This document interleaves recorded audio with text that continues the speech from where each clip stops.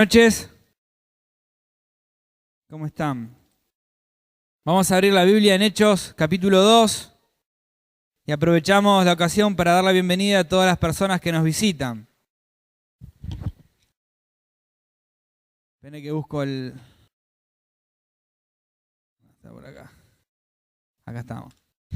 Hechos, capítulo 2. Antes vamos a orar y vamos a pedirle a Dios que pueda hablar a nuestras vidas. Quizás alguno viene por primera vez a la iglesia, te invitaron y nosotros confiamos en Dios. Él ha muerto, ha resucitado, está en este lugar, te conoce, sabe quién sos, cuál es tu necesidad, por qué viniste acá. Y vamos a hacer un ejercicio práctico, todos aquellos que hace mucho que venimos a la iglesia, que conocemos al Señor. Vamos a cerrar los ojos y le vamos a pedir algo sencillo. Le vamos a pedir a Dios que Él nos hable. Y ahí con los ojos cerrados, en el silencio del corazón, le vamos a decir: Jesús, en esta noche yo te pido que me hables. En tu nombre, amén. Muy bien, en esta noche vamos a hablar un tema muy amplio, que es el llamado de Dios. Cuando hablamos del llamado de Dios, tenemos muchas preguntas, ¿sí? ¿Cómo hace Dios para llamarme? ¿Cómo sé que tengo el llamado? ¿A qué me llama Dios? Bueno, vamos a ver un montón de cosas con respecto al llamado de Dios. En primer lugar, hay algo que tenemos que saber. El tiempo no nos alcanza para saber todo, pero algunas cosas vamos a aprender hoy. Y una de ellas es que el llamado de Dios es para todos. Cuando yo atravesaba mis años de estudiante en el Instituto Bíblico, yo me preguntaba si yo tenía el llamado de Dios. Yo veía compañeros míos que estaban muy seguros de lo que querían hacer cuando salían de allí, y yo no sabía, entonces decía, ¿será que Dios no me llamó y al otro sí? Hasta que después aprendí que el llamado de Dios es para todos. Y en la palabra de Dios vamos a encontrar que el llamado de Dios es para todos. Vamos a ver que Dios llama a un hijo al arrepentimiento. Dios llama a una nación a que se vuelva a Él. Vamos a ver que Dios llama a personas al ministerio. Dios toma y unge personas y las llama para ciertas obras. El llamado de Dios es para todos. El llamado de Dios es para los hijos de creyente que nacieron en hogar cristianos y es para aquellos que están batallando solos en el hogar. Para aquellos muchachos, chicas que vienen al grupo de jóvenes, al grupo de adolescentes, que tu papá no tendría problema en que te vayas a bailar y vengas a las 6 de la mañana, pero le molesta si te pasás 10 minutos de la hora que te permitió venir a la iglesia. El llamado de Dios es para todos. Cuando Dios llama, pone algo en el corazón. Fíjate, Él usa distintos recursos para cumplir con ese llamado. Una vez lo tomó a Nehemías y lo transformó de un copero del rey en un gran líder. ¿Y qué pasó? ¿Cuál fue el recurso de Dios? Una noticia. Estando lejos, él se entera de una realidad, algo toca el corazón, ese fue el llamado de Dios. No fue así para Moisés, que lo transforma en una persona que estaba cómoda y sin hacer nada en el desierto. Él va a ver que una zarza arde y Dios estaba llamándolo allí. Un llamado a la liberación del pueblo. Hoy no va a arder una zarza en tu vida, en la mía. Si bien las zarzas que arden son las necesidades que tenemos alrededor, ¿sí? Vamos a ver a un Jeremías que Dios lo va a apartar desde el vientre de su madre. Te santifiqué y te puse por profeta a las naciones. Pero él, cuando llega en un momento de crisis, Dios va a tocar su corazón a través de la necesidad, a través de la burla de sus compañeros. Todos esperaban a ver si claudicaría. Y quise dejar el ministerio, pero no pude porque había dentro mío algo que quise resistir, un fuego. Quise resistirlo, pero no pude. Ahora vamos a ver que Dios muchas veces llama y te dice, basta, loco. Hasta acá llegaste. Hasta acá llegaste con tu matrimonio, hasta acá llegaste con tu vida, con tus pecados, con tus cosas ocultas. Es hora que pegues un cambio. Y Dios te está llamando al perdón porque Él te quiere perdonar. Ahora, yo quiero que en esta noche podamos ver cómo fue el llamado de Dios para Pedro. Porque es interesante ver la vida de Pedro comparada con otros.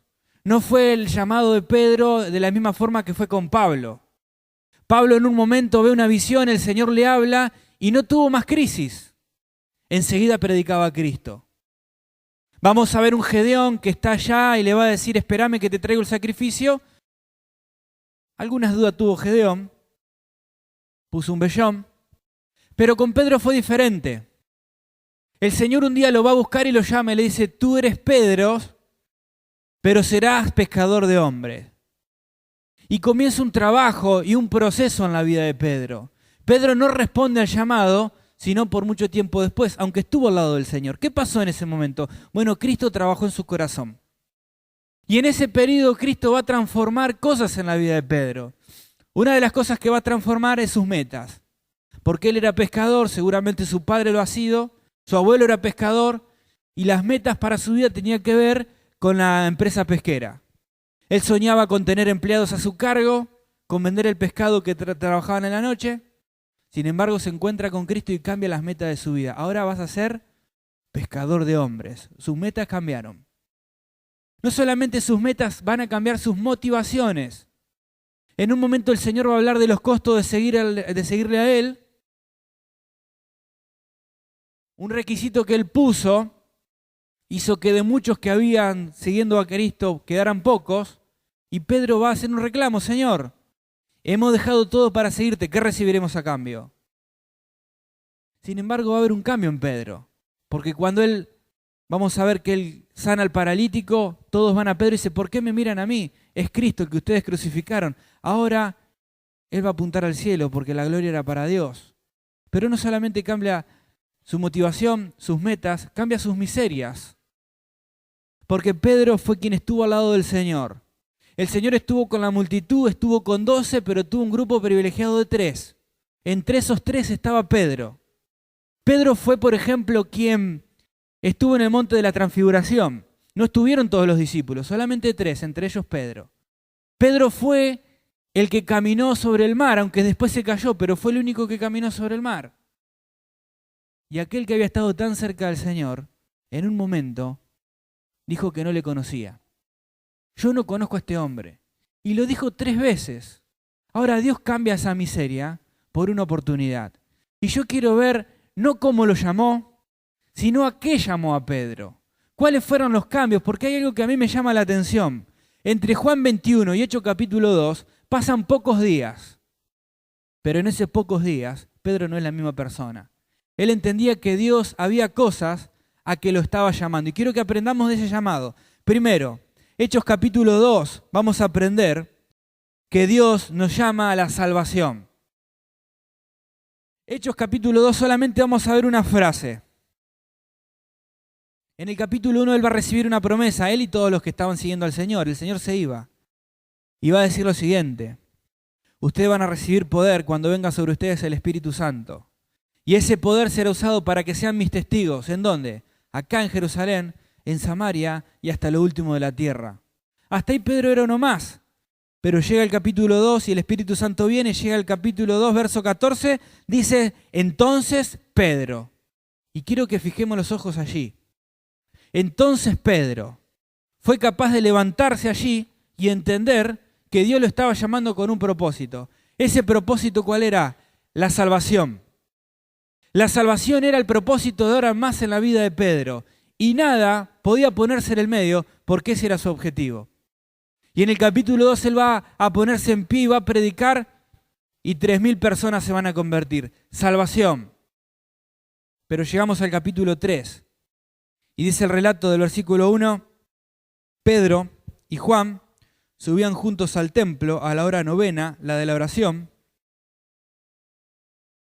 y era traído un hombre cojo de nacimiento a quien ponían cada día en la puerta del templo que se llamaba La Hermosa, para que pidiese limosna de los que estaban en el templo. Este, cuando vio a Pedro y a Juan, iban a entrar al templo, le rogaba que le diese limosna. Pedro con Juan, fijando los ojos en él, le dijo, míranos. Entonces él estuvo atento y esperando recibir de ellos algo, mas Pedro le dijo, no tengo ni plata ni oro, pero lo que tengo te doy. En el nombre de Jesucristo de Nazaret, levántate y anda. Y tomándole por la mano derecha, le levantó. Y en el momento se afirmaron los pies y los tobillos. Y saltando, se puso en pie y anduvo. Y entró con ellos en el templo, y andando y saltando y alabando a Dios.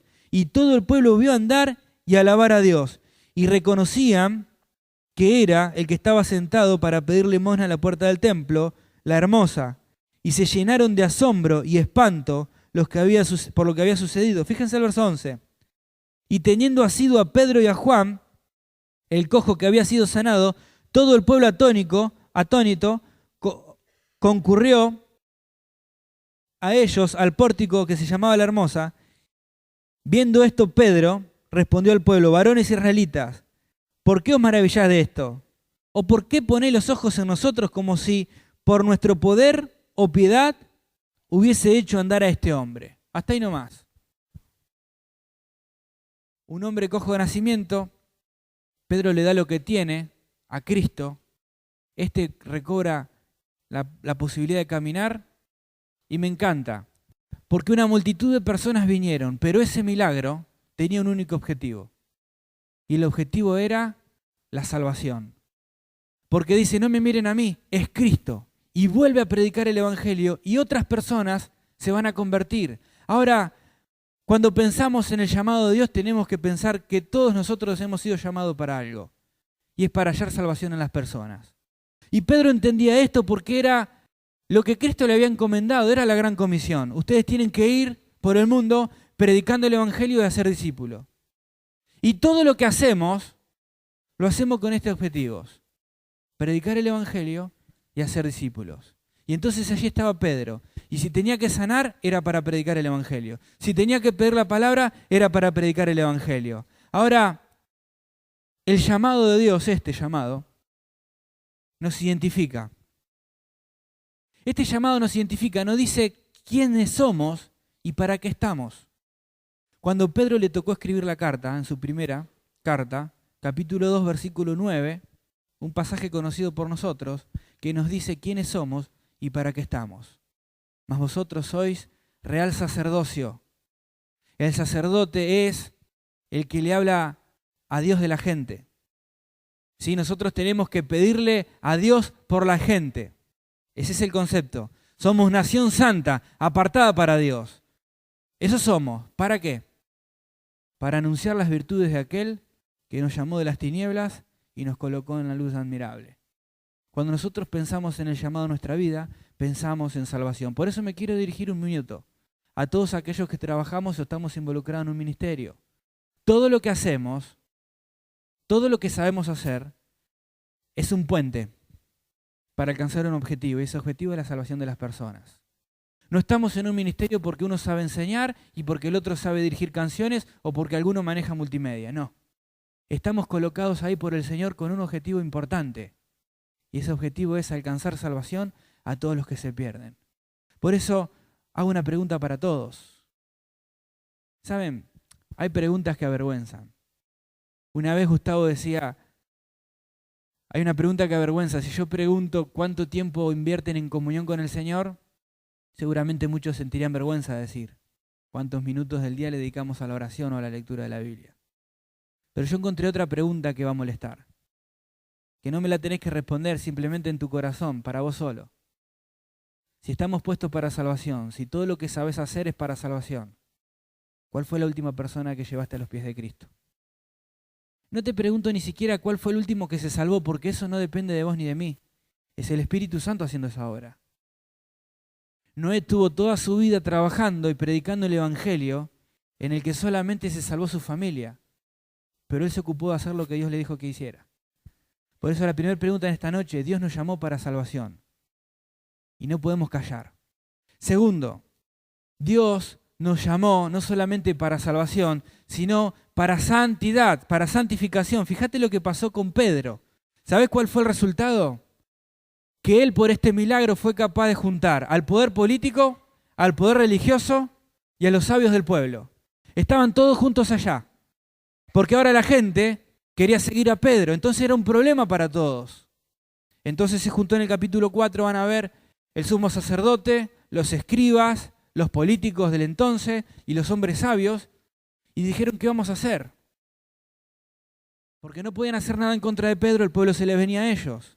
Entonces dice que lo intimaron, los amenazaron, y se van a hacer una pregunta. Fíjense, verso 13. Entonces, viendo el denuedo de Pedro y de Juan, y sabiendo que eran hombres sin letras y del vulgo, se maravillaban y reconocían que habían estado con Jesús. Primero, Dios nos colocó para llevar salvación. Segundo, Dios nos llamó a la santificación.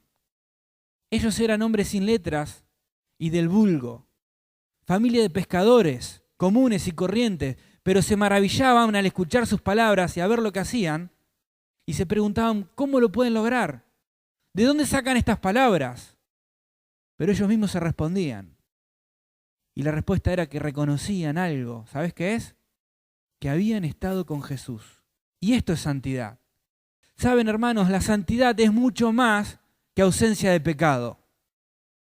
Es un concepto muy pobre decir que la santidad es el no pecar. Porque yo estoy lejos del pecado, pero quizás en mi corazón hay orgullo. Entonces ninguno se puede jactar de las cosas que no hacen. Pero acá hay un concepto mucho más rico de santidad. La santidad es el reflejo de estar con Cristo.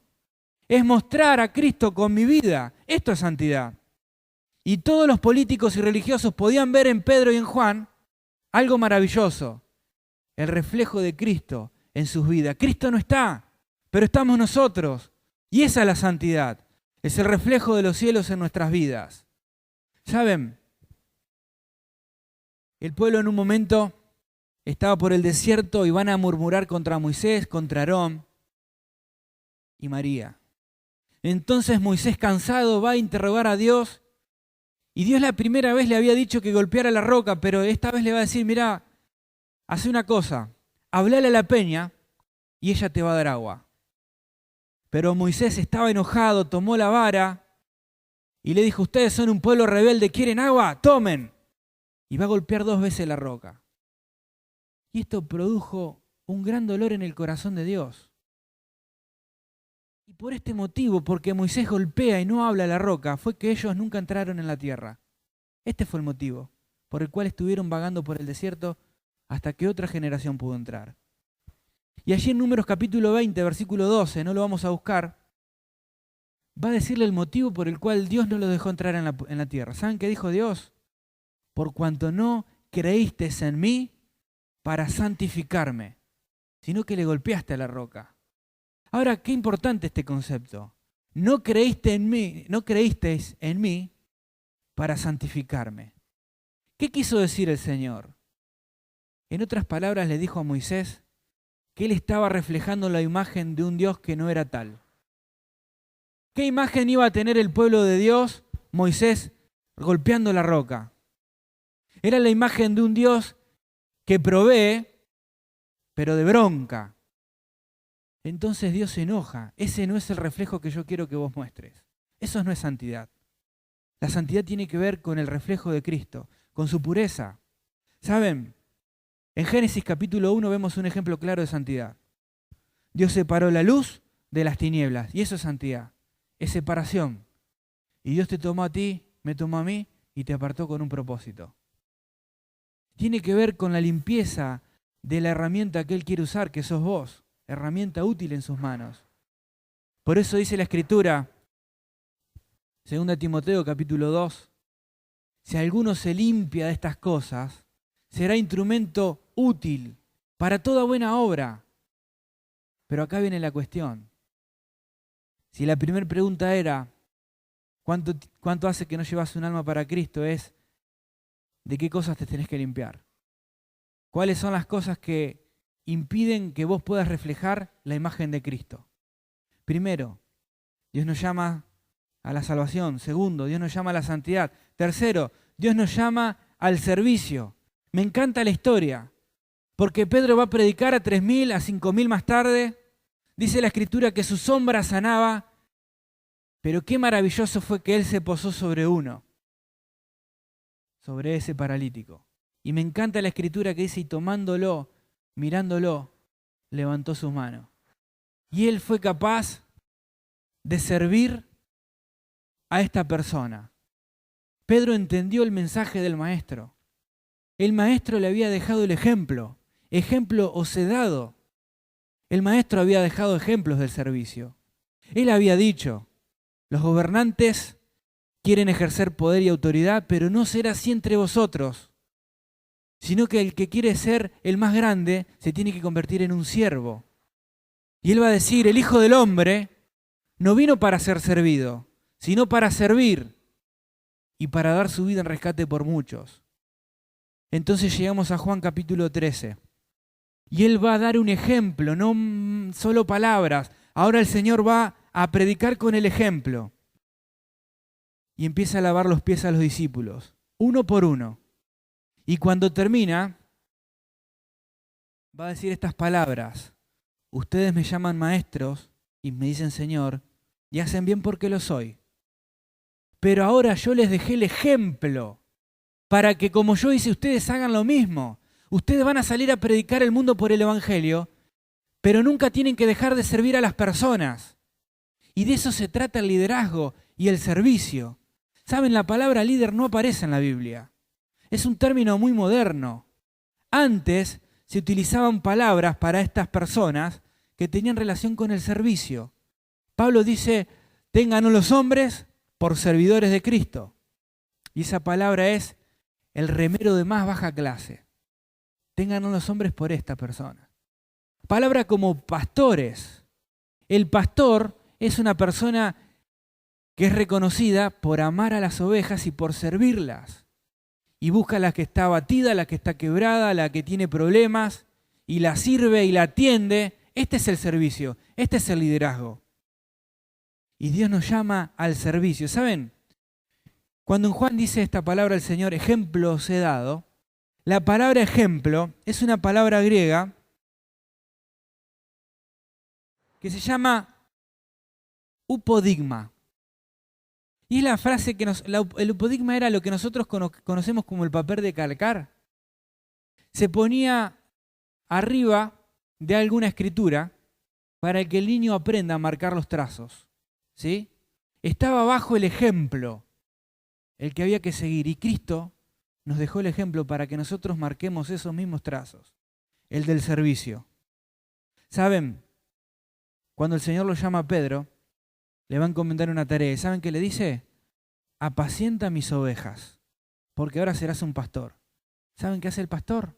Sirve. ¿Cómo reconocemos al buen pastor? Porque el buen pastor es el que más olor tiene a oveja. No existen pastores en una oficina, no. El pastor se involucra, está con la gente. Y el Señor nos llamó a apacentar ovejas. Aunque sea una. Todos tenemos a alguien a quien apacentar. Los que están casados son pastores de su familia. Los que tienen ministerio son pastores del ministerio. Las mamás tienen que pastorear la vida de sus hijos. Pero todos somos llamados a servir. Llamado a la salvación, no perder el objetivo. Llamados a la santificación, a reflejar su imagen. Llamados al servicio, involucrarnos con las personas. Cuarto, somos llamados a soñar. Porque Pedro iba a comenzar un camino nuevo para él. Era el camino de los sueños. Miren, yo creo que él jamás pensó que llegaría tan lejos su ministerio. Cuando él estaba pescando allí en la orilla del mar de Galilea, jamás imaginó que iba a ser quien sería. ¿Qué pasó en el medio? Bueno, Dios tenía sueños para él. Yo creo que él nunca pensó en predicar a una multitud y que 3.000 personas se conviertan con su mensaje. Esos formaban parte de los sueños que Dios tenía para él. Y Dios sueña cosas con nosotros. Vos tenés que tener sueños. Una vez Dios le dio un sueño a José y se lo cumplió. Ahora hay algo que a mí me encanta, porque todos tenemos sueños. Hay adolescentes que sueñan con tener un hogar distinto al que les tocó. Es así. Por eso son fieles al Señor, porque luchan por ese sueño. Hay padres que tienen sueños para sus hijos, es verdad. Soñamos con que nunca se aparten de los caminos de Dios, con que sirva al Señor, con que elija bien. Sueños. Soñamos con carreras, soñamos con ministerio, y Dios es el que pone en el corazón estos sueños. Miren, la semana que viene va a haber una conferencia misionera. Y hay muchos que sueñan con la conferencia misionera. ¿Qué hará Dios después de la conferencia? Quizás toque algún corazón y alguno diga, yo quiero ir a la obra misionera. Quizás diga, mirá, yo tengo algo en el corazón que lo tenía guardado, pero ahora lo quiero contar. Ahora quiero hablar acerca de los sueños. Porque es cierto que Dios nos llama a soñar, pero hay otra verdad que no la podemos olvidar. Todos los sueños tienen un precio. Ninguno es barato, ninguno es gratis. Cuando David toma esas 5 piedras porque soñaba vencer al gigante, él había algo que no sabía. Nosotros conocemos la historia, en la primera piedra lo venció. Él no sabía que en la primera piedra lo iba a vencer. Él tomó 5, quizás pensó que iba a ser una larga lucha, confiaba en Dios, pero no sabía cuánto sacrificio le iba a costar vencer a ese gigante. No fue igual para Gedeón, por ejemplo, que él estuvo cansado, pero todavía perseguía. La lucha de Gedeón para poner en fuga un ejército fue más dura, demoró más que David. Pedro tenía un sueño, era hacer la obra de Dios, era predicar el evangelio, era ser discípulo, era formar la iglesia. ¿Hasta dónde? Hasta lo último de la tierra. Pero él tuvo que pagar un precio. A él lo amenazaron, él estuvo preso, a él lo azotaron, uno de sus mejores amigos murió. Ese es el precio que él tuvo que pagar. ¿Saben? Una gran multitud seguía al Señor. Y el Señor va a decir algo que va a lograr que las filas se empiecen a flaquear.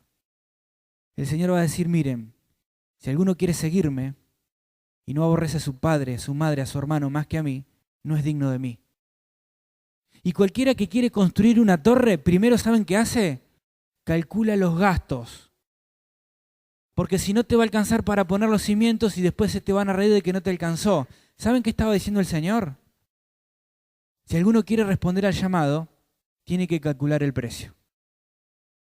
Y hay que pagar un precio. Es el precio de la santidad, es el precio del sacrificio. ¿Saben? Soñamos con que chicos vayan al campamento. Comparto un sueño que nosotros tenemos en el grupo. Quizás muchos de ellos es la primera vez que van a conocer el mar. Quizás alguno la última, ojalá que no. Pero ese sueño tiene un precio. Tenemos que trabajar duro. Tenemos que orar al Señor. Tenemos que vender. Tenemos que hacer actividades para lograr ese sueño. ¿Cuáles son los sueños que Dios puso en tu corazón? ¿Con qué cosas soñás? ¿Cómo te imaginás tu futuro? Bueno, seguramente para cada uno de ustedes hay un sueño, hay ambiciones. Bueno, la pregunta es qué estamos haciendo, porque hay un precio que tenemos que pagar. Ese precio es el sacrificio, es el sufrimiento. El Señor Jesucristo nos dice, sufre penalidades como buen soldado de Jesucristo. Ahora, Dios nos llama, vamos a repasar, Dios nos llama a la salvación, a no perder nuestro objetivo. Dios nos llama a la santidad, a la salvación, al servicio. Dios nos llama a soñar. Vamos terminando, hay varios. Dios nos llama a la sinceridad. A la sinceridad. Dice la Escritura que cuando Él lo amenazan y lo intiman, capítulo 4, versículo 20, Él va a decir algo con toda sinceridad. 19, dice, juzgad si es justo delante de Dios obedecer a vosotros antes que a Dios, porque no podemos dejar de decir lo que hemos visto y oído. Y acá Pedro entiende que es un llamado a la sinceridad. Él va a decir con toda sinceridad que él hay cosas que no puede ocultar. El Evangelio. Pablo dice, porque no me avergüenzo del Evangelio, porque es poder de Dios para salvación a todo aquel que cree. Bueno, él dice, yo no puedo callarme. Yo soy sincero delante de ustedes. ¿Cuál es el precio? ¿Saben? Es interesante esta palabra sinceridad. Vamos a buscar un texto, si lo podés pasar, Agus. Está en 2 Corintios capítulo 1. Allí aparece esta palabra.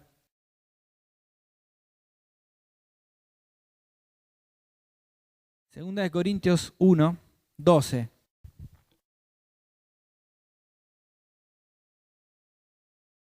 Ahí está. Dice, porque nuestra gloria es esta, el testimonio de nuestra conciencia, que con sencillez y sinceridad de Dios, no con sabiduría humana, sino con la gracia de Dios, nos hemos conducido en el mundo y mucho más con vosotros. Allí aparece esta palabra, sinceridad de Dios. ¿Saben qué significa esta palabra?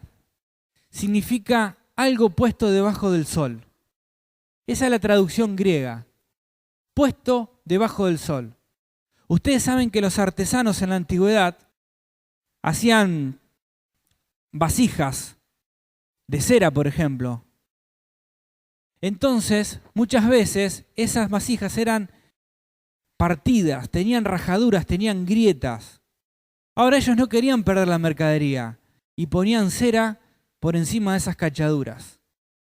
Entonces las ponían a la venta. Claro, cualquiera que miraba no se daba cuenta. Pero el que era un buen comprador, ¿saben lo que hacía? Decía, ponela debajo del sol. Entonces esa escultura era puesta debajo del sol, él se iba a dar una vuelta, daba un tiempo allí, y muchas veces el sol derretía la cera y se podían ver las grietas que había. ¿Sí? Entonces, los latinos quisieron traducir qué significa esto, puesto bajo el sol. Ellos, tomando este concepto, lo tradujeron con esta palabra, sin cera. No tiene cera que tape esas grietas. Bueno, Pedro entendía que él había sido llamado a una vida sincera. Nada que tapara las grietas. Una vida sincera significa que no hay nada oculto en mí que tenga que ser maquillado, que tenga que ser ocultado con mi manera de hablar, con mi manera de proceder. Eso significa la palabra sencillez. No hay nada que yo tenga que tapar, que me muestro como soy. Ahora estamos terminando, ya repasamos mucho, ¿no? Salvación, santidad, servicio. Dios nos llama a soñar, Dios nos llama a una vida sincera. Por último, vamos a concluir. Dios nos llama a sembrar. Y vuelvo al comienzo. Pocos días pasaron entre Juan capítulo 21 y Hechos capítulo 2. 50 días. Y en esos 50 días fueron suficientes para que Pedro diga sí a Cristo. Para que Pedro responda al llamado. Miren, ¿saben? En esos días, Pedro se podría haber aferrado a la culpa. Yo me equivoqué, yo le fallé al Señor y no soy digno de Él. El Señor quiso hacer un trabajo en su vida y le daba una posibilidad. ¿Saben? Yo creo que el Señor nos está llamando a tomar decisiones correctas. No sé cuándo el Señor te llamó. Quizás fue en un campamento, en un mensaje. Quizás Dios te tocó con una palabra, con un amigo, con un ejemplo de alguien. Alguien que te estimuló. Entendés que es el llamado de Dios para vos. Dios te conmovió con su perdón cuando entendiste que el perdón de Dios era para vos y no para los demás. Dios me quiere perdonar a mí. Lo importante es que es un momento en que tenés que empezar a sembrar buenas decisiones. Basta ya. El tiempo pasado, dice la Escritura. Cuando Dios llama a Gedeón, basta ya de esclavitud. Llega la salvación al pueblo. Y Dios en esta noche quiere darnos esta posibilidad de que empecemos a sembrar bien. ¿Sabés? Quizás tenés que empezar a sembrar sanidad interior.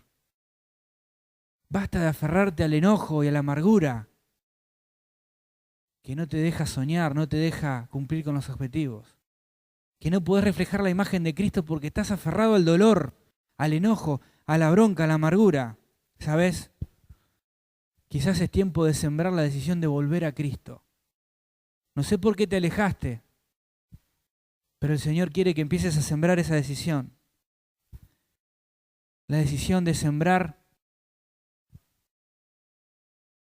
dejar la pereza, dejar el egoísmo, dejar la comodidad. Empezar a sembrar buenas decisiones. Miren, dice la Escritura acerca de la ley de la cosecha y de la siembra, que Dios no puede ser burlado. ¿Sabes? Dios no mira para otro lado. Dios sabe las decisiones que estás tomando.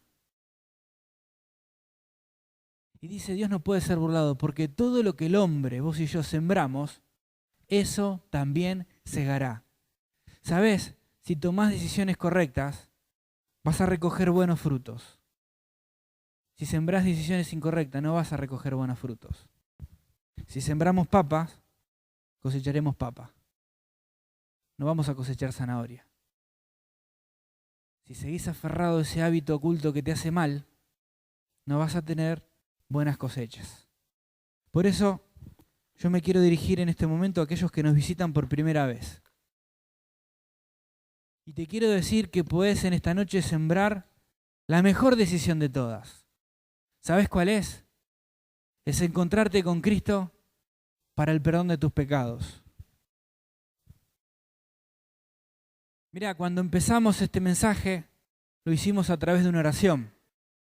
Y en la oración todos le pedíamos a Dios que Él nos hable. Quizás es la primera o segunda vez que venís. Quizás te trajeron, ni siquiera tenés ganas de estar acá. Pero hay algo que te quiero decir, hay algo que tenés que saber. Que Dios te ama y que en esta noche Él quiere limpiar tu corazón de los pecados. Él quiere presentarte en tu vida porque quiere ser tu Salvador. Mirá, quizás alguno vino acá y dijo, yo vengo porque mi vida está mal, yo vengo porque mi matrimonio no es el mejor, necesito que Dios haga algo. ¿Sabes? Dios no quiere cambiar tu matrimonio, Dios no quiere cambiar tu trabajo, Dios no quiere cambiar tu entorno ni tu familia. Lo primero que en esta noche Dios quiere hacer es entrar en tu corazón y perdonar tus pecados. Ese es el comienzo de todo. Es Cristo en tu vida perdonando los pecados y dándote esperanzas. ¿Sabes? Dice la Escritura que para esto Cristo vino a morir en la cruz. Habitó entre nosotros, hizo milagros, pero un día fue llevado a la cruz. Clavos filosos atravesaron sus manos y sus pies. Una corona de espina en su cabeza, un soldado romano clavó una lanza. Y allí estaba el Hijo de Dios, ocupando tu lugar en la cruz. Porque era necesario que Él pudiera morir para que vos te pudieras salvar. Este es el mensaje del Evangelio, es Cristo muriendo en la cruz por tus pecados. En esta noche Él quiere entrar en tu vida y ser tu Salvador. Y yo te voy a ayudar. En el lugar donde estás, te voy a pedir que cierres los ojos. Cerrá tus ojos. Inclina tu cabeza. Olvídate del que tenés al lado, de lo que tenés que hacer mañana. Cristo en este momento se presenta en tu vida y podés empezar a sembrar bien. Se presenta en tu vida porque te ama y porque hoy quiere entrar en tu corazón para perdón de tus pecados.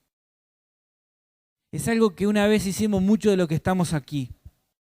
Entendimos que por la fe Él puede convertirse no en el Salvador del mundo. No. Yo puedo decir que Cristo es mi Salvador personal. Y hoy quiere ser el tuyo. Y sabes, se lo tenés que pedir. Es a través de una oración de fe. Te repito, Él te conoce y sabe quién sos. Él conoce tus errores, tus debilidades, tus aciertos, tus vicios. Él en esta noche quiere ser tu Salvador. Pedíselo. Mirá, ni siquiera se lo tenés que pedir en voz alta porque Él conoce las palabras que hay en tu corazón. Entonces te invito a que en el silencio de tu corazón puedas repetir conmigo. Decile así al Señor. Jesús, en esta noche yo te pido que entres en mi corazón y perdones mis pecados. Repetí conmigo. Decile, Jesús, entra hoy en mi corazón y perdona mis pecados. Él te escucha. Él te ama. Decile, Jesús, entra en mi corazón y perdóname mis pecados. Seguimos orando. todo el mundo con los ojos cerrados y nadie mirando. Yo quisiera saber si has orado conmigo. Te quiero conocer, te quiero pedir que en el lugar donde estás me lo indique levantando tu mano. ¿Quién en esta noche ha orado conmigo? Que Dios le bendiga, señora. ¿Quién más? ¿Quién en esta noche quiere comenzar a sembrar bien? ¿Quién empieza con Cristo en el corazón? Levanta tu mano, te quiero conocer. ¿Hay alguien más? Saben, no voy a insistir, pero seguimos con los ojos cerrados. Las cabezas gachas. Quizás hay alguien que vino en esta noche porque siente que la familia se le fue de la mano y no la puede manejar más. Esos son tus sueños.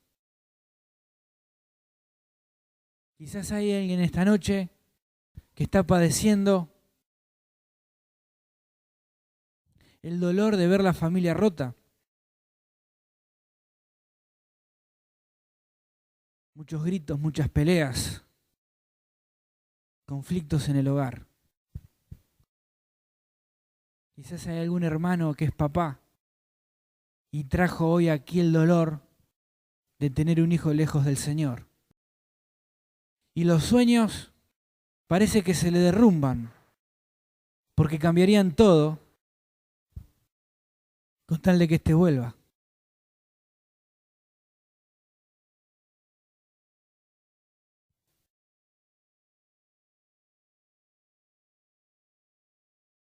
El Señor nos llama a soñar. El Señor nos llama a calcular el precio de ese sueño. Señor, en esta noche yo quiero orar por todos estos hermanos, por mi vida, por la iglesia. Señor, tenemos muchos sueños, ambiciones. Señor, hay hermanos que sueñan con sus ministerios, con la expansión de la obra, con la meta que es salvar almas. Señor, algunos sueñan con ver jóvenes que se rehabiliten y salgan de la droga. Otros sueñan con que niños te conozcan desde la primera edad, desde edades tempranas. Señor, hay muchos sueños aquí, pero también hay mucho dolor. Se percibe, Señor. Yo te quiero pedir, Señor, que tú puedas obrar en cada uno de nuestros hogares. Que tu paz llegue a cada uno de nuestras vidas. Señor, yo te quiero pedir por todos los jóvenes que están pasando por un problema de drogas. Señor, rogamos que tu poder los pueda tocar y los pueda traer. Señor, bendice tu palabra y aplícala a nuestros corazones. En el nombre de Jesús. Amén.